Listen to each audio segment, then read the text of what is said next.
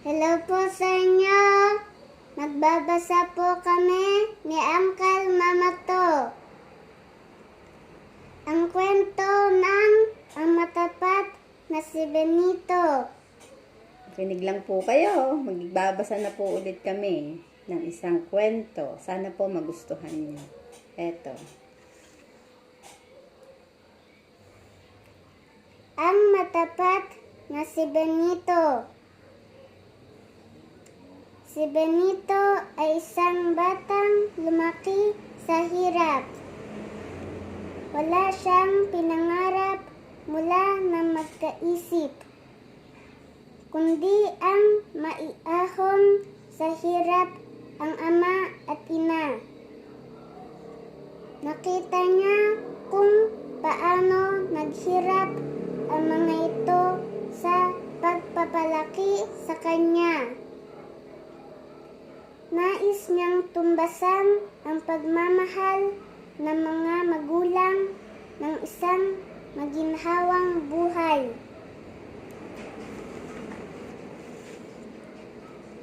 Binata na si Benito nang malaman na may isang kaharian sa kabila ng bundok ng bayan nila.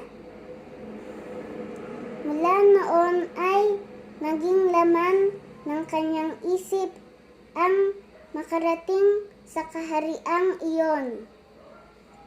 Kasama sa pangarap niya ang marangyang buhay sa kaharian sa piling ng ama at ina. Ang pangarap na iyon ang nagtulak para isang araw ay hingin niya ang permiso ng dalawang matanda. Gusto ko pong pumunta sa kaharian. Gusto kong hanapin doon ang aking kapalaran para magbigyan kayo ng isang magandang buhay. Pagpapaalam ni Benito. Noong una ay ayaw pumayag ng mga magulang. Hindi naman tumigil ang binata sa kakukulit sa mga ito. Ikinatwiran ni Benito na walang masama kung susubukan niyang pumasok sa palasyo. Sa huli ay binendisyonan ng ama at ina ang binata. Tinayagan nilang makipagsapalaran si Benito. Hindi naging madali ang paglalakbay ni Benito patungong palasyo. Malayo ang kaharian. Maraming hirap at panganib ang dinaanan niya bago marating iyon. Tulad ng naging paglalakbay, hindi naging madali para kay Benito ang mapasok ng trabaho sa loob ng palasyo. Lagi siyang itinataboy ng mga tauhan doon. Isang araw ay naisipang mga bayo ng hari. Nakakita ng pagkakataon si Benito para makausap ito. Nagmakaawa siya rito. Kahit anong trabaho po ay gagawin ko. Pagmamakaawa ni Benito. Naawa ang hari at tinanggap siya bilang takasilbi sa palasyo. Masayang masaya si Benito. Alam niya na iyon na ang simula para mapaginhawa ang ama at ina. Isang araw ay itinatawag si Benito ng hari. pumunta ka sulapain sa kabila ng karagatan. Gusto kong dalhin mo sa akin ang magandang prinsesang nakatira roon. Tiyakin mo lang na madadala sa akin ang prinsesa. Kapag nabigo ka, ay buhay mo ang magiging kapalit. Ang seryosong wika ng hari. Natakot si Benito, pero hindi nagpahalata. Hindi kasi niya alam kung paano matutupad ang mabigat na utos. Sinabi niya sa hari na gagawin niya ang lahat para maiuwi rito ang magandang prinsesa. Noon din ay naghanda siya para sa isang mahabang paglalakbay.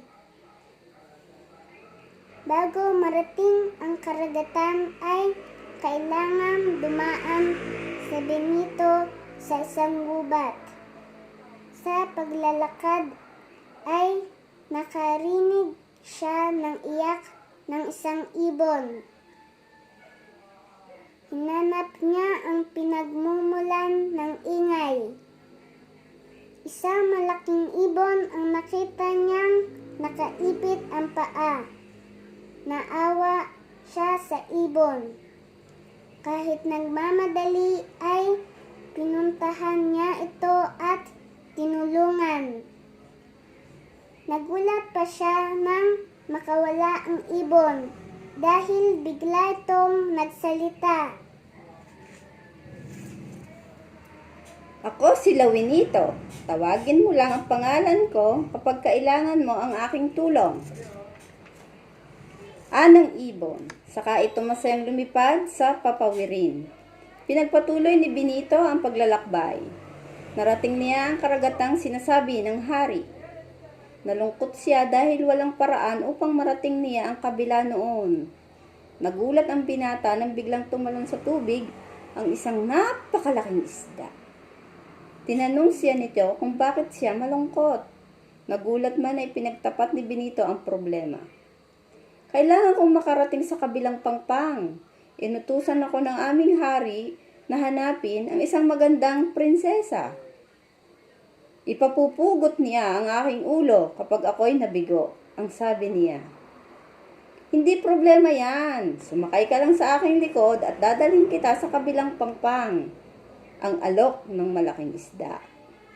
Nagpasalamat si Benito sa malaking isda nang maihatid siya sa kabilang pangpang. Kumaway pa siya rito hanggang mawala ito sa paningin. Ilang sandali pa ay naglalakad na si Benito sa dalampasigan. Isang matandang babae ang nakasalubong niya. Mawalang galang na po, ang sabi ni Benito. Alam po ba ninyo kung saan matatagpuan ang magandang prinsesa? Nakakulong sa isang kastilyo ang magandang prinsesang hinahanap mo. Binabantayan siya ng mga higante, ang wika ng matanda. Pinagtapat niya sa matanda ang kanyang misyon. Sinabi niyang hindi siya makakabalik sa pinanggalingang kaharian kung mabibigo siyang dalhin ang prinsesa. Sinama siya ng matanda sa bahay na ito. Isang espada ang ibinigay nito sa kanya. May mahika ang espadang iyan. Papatayin niya ang sinumang tamaan. Anang matandang babae. Tulad ng sinabi ng matanda na paliligiran ng napakaraming mga higante ang palasyo. Humigpit ang hawak ni Benito sa mahiwagang espada na makitang palapit sa kanya ang mga higante. Ibinasiwas niya ang espada. Ang lahat ng madantayan ng talim nito ay agad namamatay. Natakot ang ibang mga higante sa nakita. Nagsitaka sila kaya madaling natagpuan ni Benito ang prinsesa. Mahal na prinsesa, ligtas ka na, ani Benito. Natuwa ang prinsesa at agad sumama kay Benito. Noon din ay naglakbay sila. Inihatid sila ng malaking isda sa kabilang pangpang. Pagkatapos ay tinawid nila ang kagubatan. Tuwang-tuwa ang hari na makita ang magandang prinsesa. Noon din ay inalok niyang pakasalan ito. Tumanggi ang prinsesa. Hindi ako maaaring magpakasal hanggat hindi nakukuha ang singsing kong nahulog sa dagat. Ang sabi ng prinsesa. Nahulog ang singsing at tumawid kami ni Benito. Ipinatawag ng hari si Benito. Inatasan nito ang binata na kunin ang singsing na nahulog sa dagat. Noon din ay umalis ang lalaki. Humingi siya ng tulong sa malaking isda. Walang kamalay-malay si Benito na ang malaking isda ay ang mismong hari ng mga isda. Noon din ay tinawag ng hari ang lahat ng isda at inutusang hanapin ang singsing. Napansin ng hari na wala ang isang isda sa kanyang mga pinatawag. Nang puntahan niya ito ay hindi halos makakilos ang laki ng tiyan. Naghinala ang hari. Noon din ay pinabiyak niya ang tiyan nito. Sa loob ng tiyan ay naroon ang singsing ng prinsesa. Ibinigay iyon ng hari kay Benito. Nagpasalamat ang binata sa malaking isda at bumalik sa kaharian. At tapos ibigay ng hari ang singsing sa prinsesa, ay muli niya itong inalok ng kasal. Ang sabi ng prinsesa ay papayag siyang mapakasal kung maibabalik ang isang pares ng hikaw na nalaglag sa kagubatan na naglalakbay sila ni Benito patungong kaharian. Muling pinatawag ng hari si Benito. Inutusan niya ito na hanapin ang nawawalang hikaw ng prinsesa. Bumalik ang binata sa gubat para hanapin ang hikaw. Pagod na si Benito pero hindi pa rin niya makita ang hikaw. Naupo siya sa isang nakabuwal na puno at inisip kung ano ang dapat niyang gawin. Napalingon siya nang lumitaw ang hari ng mga daga sa kanyang harapan. Tinanong nito kung bakit siya malungkot. Pinagtapat ng lalaki ang tungkol sa nawawalang hikaw. Nag-alok ng tulong ang hari ng mga daga. Tinawag nito ang lahat ng mga daga sa kagubatang iyon. Nagtaka ang hari nang hindi makita ang pinakamaliit na daga sa gubat. Pinaharap niya ito nang makita ang mga kasama ay hindi makatayo ang maliit na daga sa laki ng tiyan. Dinala nila ito sa hari. Naghinala ang hari. Pinabuksan nito ang tiyan ng maliit na daga. Gaya ng hinala, natagpuan doon ang nawawalang hikaw ng prinsesa. Nagpasalamat si Benito at doon din ay bumalik sa kaharian.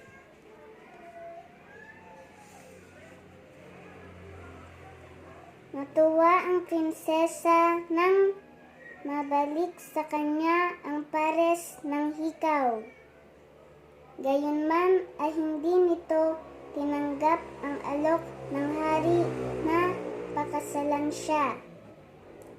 Anang prinsesa ay kailangan muna niyang makakuha ng tubig mula sa kalangitan at tubig mula sa ilalim ng lupa. Sinabi rin ng prinsesa na matapos iyon ay wala na itong hihilingin pa. Noon din ay muling inutusan ng hari si Benito. Sinabi nito na huwag babalik ang binata hanggat hindi dala ang tubig mula sa kalangitan at tubig mula sa ilalim ng lupa. Napakahirap ng inuutos ng hari. Alam ni Benito na ito na ang pinakamahirap na utos na tinanggap niya. Hindi niya alam kung saan siya nagsisimulang maghanap. Ang ginawa niya ay lumakad ng lumakad habang nag-iisip. Dinala siya ng mga paa sa gubat.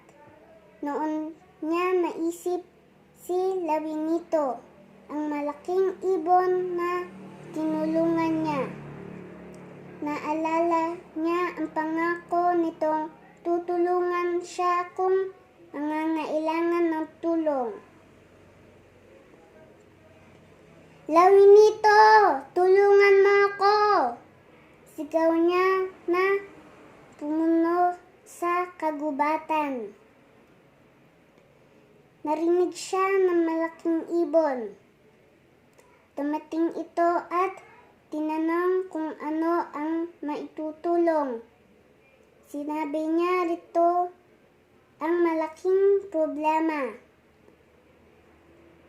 Huwag ka na mag-alala. Ako ang bahala sa problema mo, sabi ni Lawinito.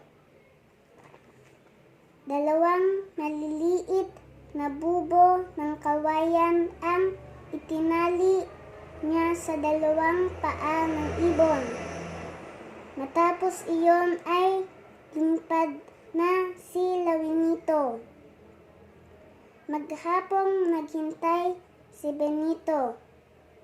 Bago magtakip silim ay dumating ang malaking ibon. Parehong puno ng tubig ang dalawang bubo ng kawayan. Ang nasa kanan ang tubig mula sa kalangitan. Ang nasa kaliwa ang galing sa ilalim ng lupa. Ang sabi ni Lawinito. Kinuha ni Benito ang mga lalagyan at nagpasalamat sa kaibigang ibon. Pagkatapos ay bumalik siya sa kaharian. Natuwa ang prinsesa nang makitang dala ni Benito ang napakahalagang mga tubig. Agad niyang hiniling sa hari na hatiin nito sa dalawa ang kanyang katawan. Kapag nahati na ang katawan ay inutusan nito ang hari na buhusan iyon ng tubig mula sa kalangitan. Sinunod naman ng hari ang hiling ng prinsesa na buhusan ng tubig mula sa kalangitan ang katawan nito. Napigil ang paghinga ng hari na makita ang isang walang kasing gandang prinsesa sa harapan. Dahil sa kagustuhang umisig din siya ay nakiusap ang hari na buhusan din siya ng tubig ng prinsesa. Matapos itong hatiin ang katawan. Sumunod naman ang prinsesa. Matapos hatiin ng hari ang katawan ay binuhusan ito ng prinsesa ng tubig mula sa kailaliman ng lupa. Matapos iyon ay isang nakahahambal na anyo ng halimaw ang pumalit sa hari.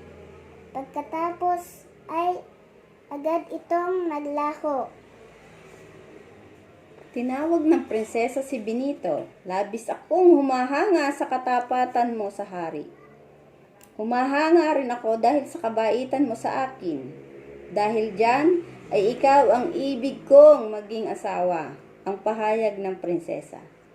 Hindi makapaniwala ang ama't ina ni Benito sa magandang kapalaran ng anak. Nagkaasawa ito ng napakagandang prinsesa at naging hari ng isang mayamang kaharian. Mula noon, lahat sila ay namuhay ng maligaya. Dito po nagtatapos ang kwento ni Benito. Salamat po sa inyo. Salamat po sa inyo. Subscribe our channel. Press the bell.